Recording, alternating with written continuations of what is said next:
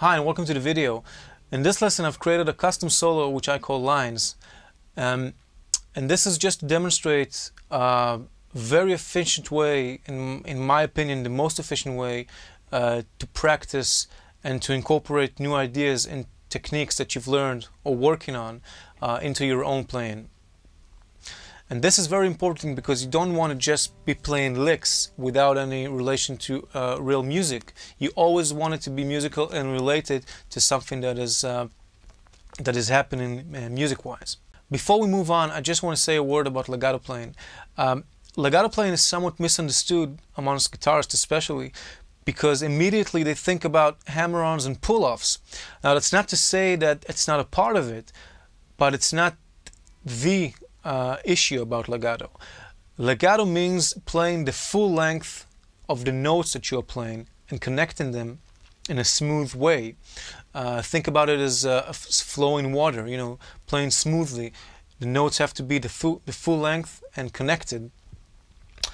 So you can do this not only with hammer-ons and pull-offs, you can also pick it in a way. If you, for example, take this G major scale.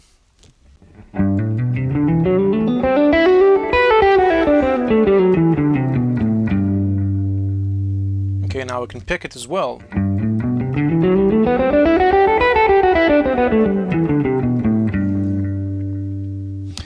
And what I mean is that you need to get the full length of the notes, of each note of the scale, and then connect them the most smooth way you can. Let me give you some examples of playing with that particular sound.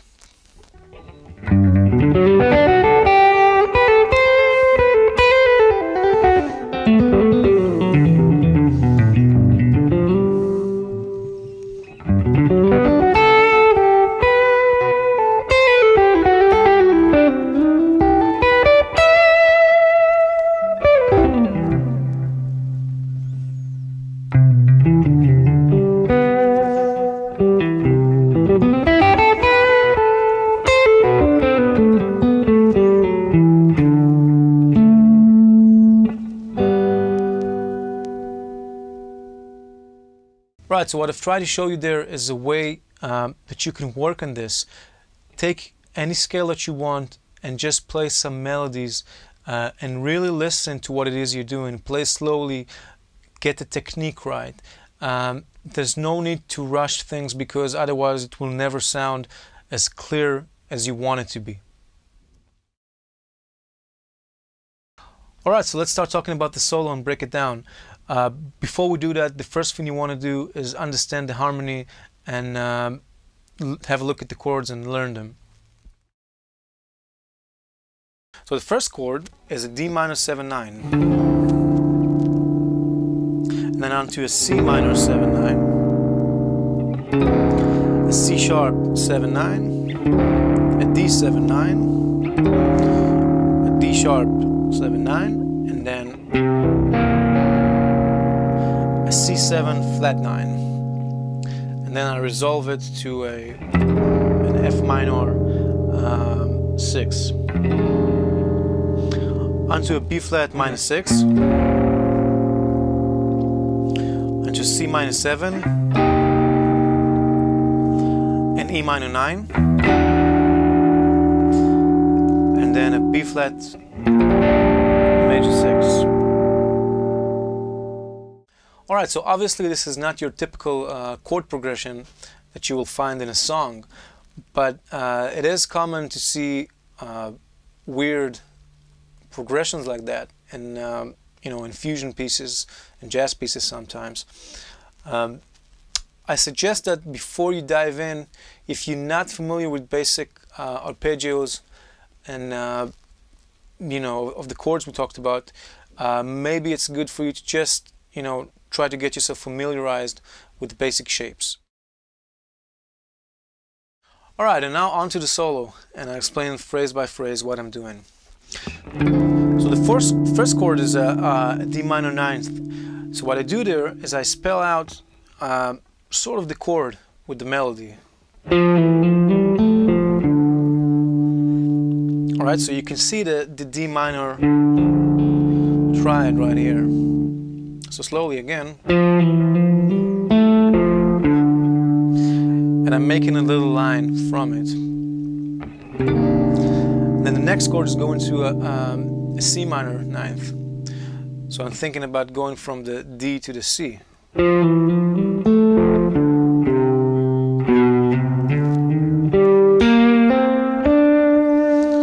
So that's your next phrase. It's basically off a C minor ninth arpeggio with an added melody.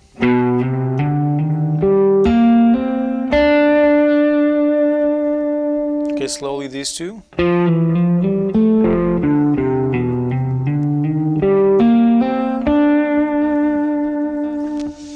And even at this stage, you want to work on your sound, and you want to listen to what it is that you're doing. Play slowly and get that sound in your fingers.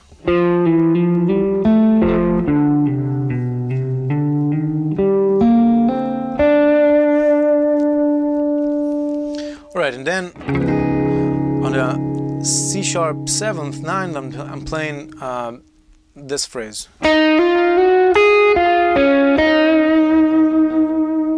Okay, which emphasizes the C sharp, I guess.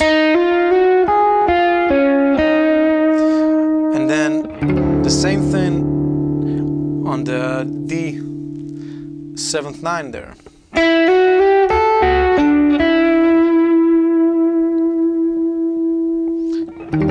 And then the same thing on the D sharp, except I ended on the 7th.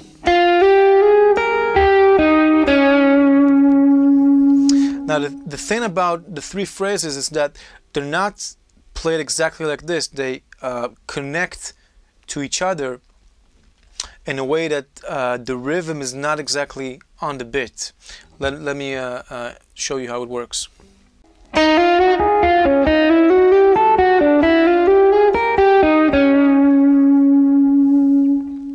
Again, slowly.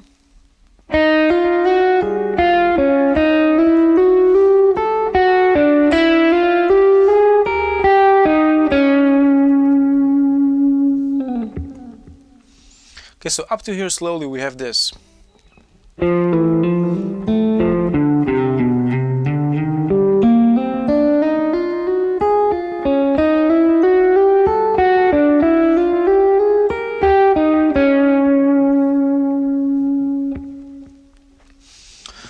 Alright, the next chord we have is a C 7th flat 9th. So this is an alto chord. Now, lately I've been working on a diminished concept, and I wanted to incorporate it in a solo. So for the purpose of this solo, I'm looking at this C flat 9 chord sort of as an E diminished, if you will, because I see the triad of the diminished in the chord. I can express that melodically by playing the diminished arpeggio, for example. So that's one idea I wanted to incorporate and work on. So here's the next part slowly.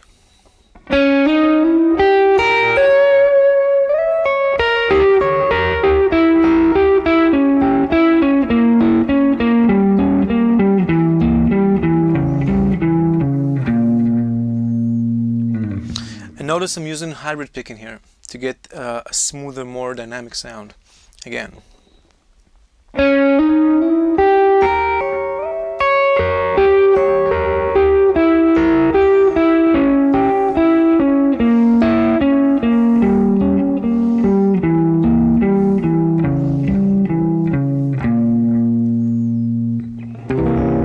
That's on the C flat 9 there. Alright, then it resolves to an F minus 6. And I'm again incorporating a different idea using the notes from the arpeggio and some from the scale, like this.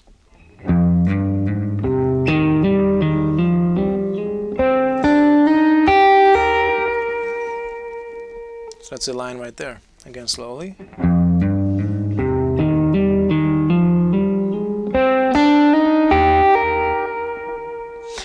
And one more time, using hybrid picking here to get a smoother, more dynamic tone. You also have more option with your second fingers. Now, you can decide where you want to do it. There's many ways to where you play the, your fingers with the pick. You can place it anywhere, basically. So again, slowly.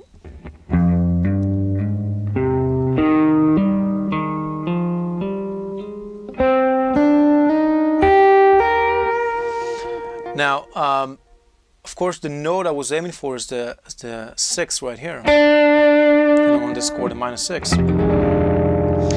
And it comes from this sound.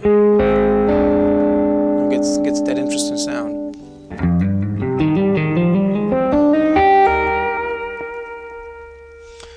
And then to the B flat, I'm doing something like this.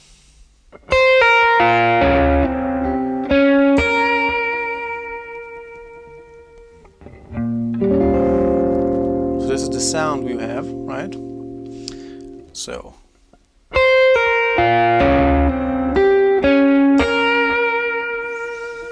So using a little bit of intervallic ideas here, along with the basic sound of the minor chord.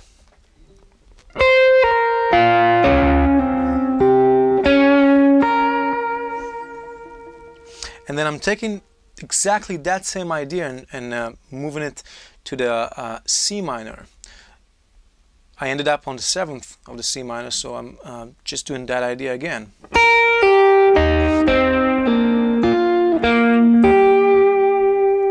Okay, and that's something that I've picked up from Bach, for example.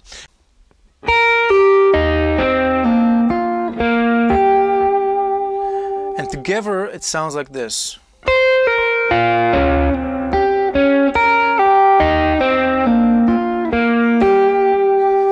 And then I'm continuing almost the full idea, but just the start of it.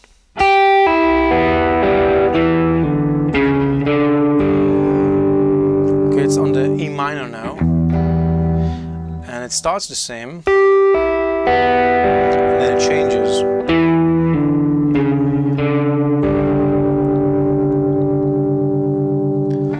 Alright, and I'm using that C sharp to get a more dissonant sound, something to stand out a little. So slowly, the whole theme from the F minor will be like this.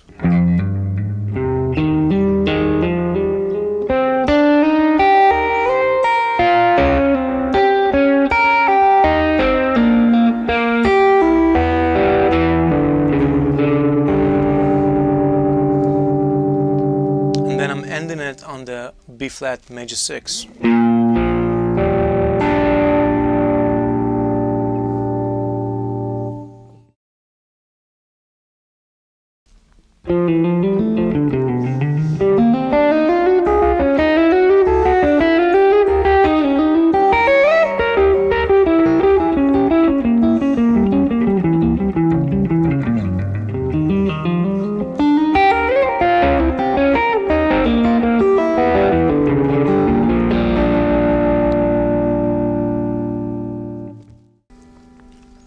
Alright, so for the last bit of the solo, I didn't plan that. It just came to me when I finished the solo. I thought I wanted to add in something different.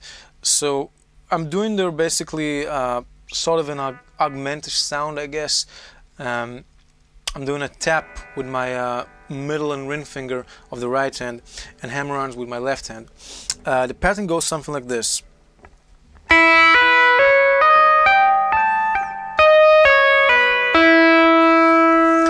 So what I'm doing is I'm hammering on the 7th, 9th, and 11th frets, and then tap the 15th, tap the 17th, pull off to the 15th, pull off to the 11th, pull off to the 9th, pull off to the 7th, and then pull off to the open E.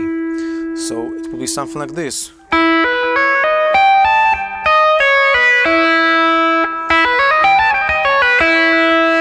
Okay, and what I'm doing is I'm taking that pattern and then moving it down a string. So it will be like this.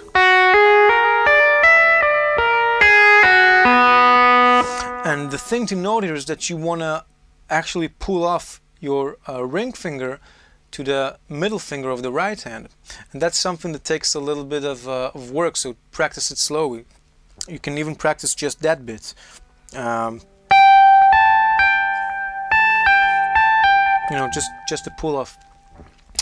So once I'm done with the second string, I'm basically doing the exact same pattern, just a semitone down from where it was before. So I'm doing 6, 8, 10 with my left hand, and then 14, 16 with my right hand. Pull off, pull off, pull off, pull off.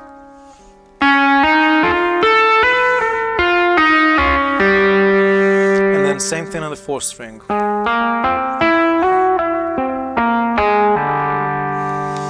And then a semitone down, going to the fifth string, starting on the D note. So I'm playing 5, 7, 9, 13, 15, pull off, pull off, pull off, pull off. Same thing on the sixth string.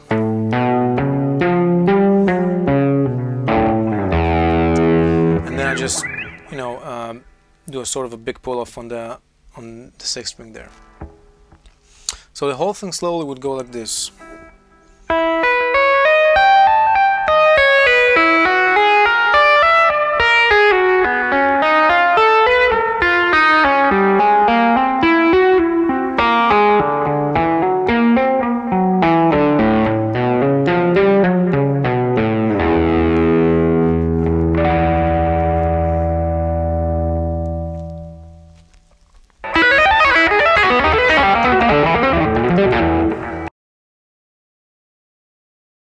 Alright, so that was the breakdown of the solo. The most important thing that you should take from this, you know, besides learning the solo if you want, is the method. Now the method is basically, if you have a new technique or something that you want to work on or something that you already know, the best thing to do is to relate it to something musical. So maybe you can write something with those techniques, maybe you can write a backing track and then improvise using those techniques, etc. And also, again, for this particular thing, take your time with it, work slow, and well, thanks for watching. Make sure to leave your comments, you know, rate and subscribe, and let me know what you think of it. See you next lesson.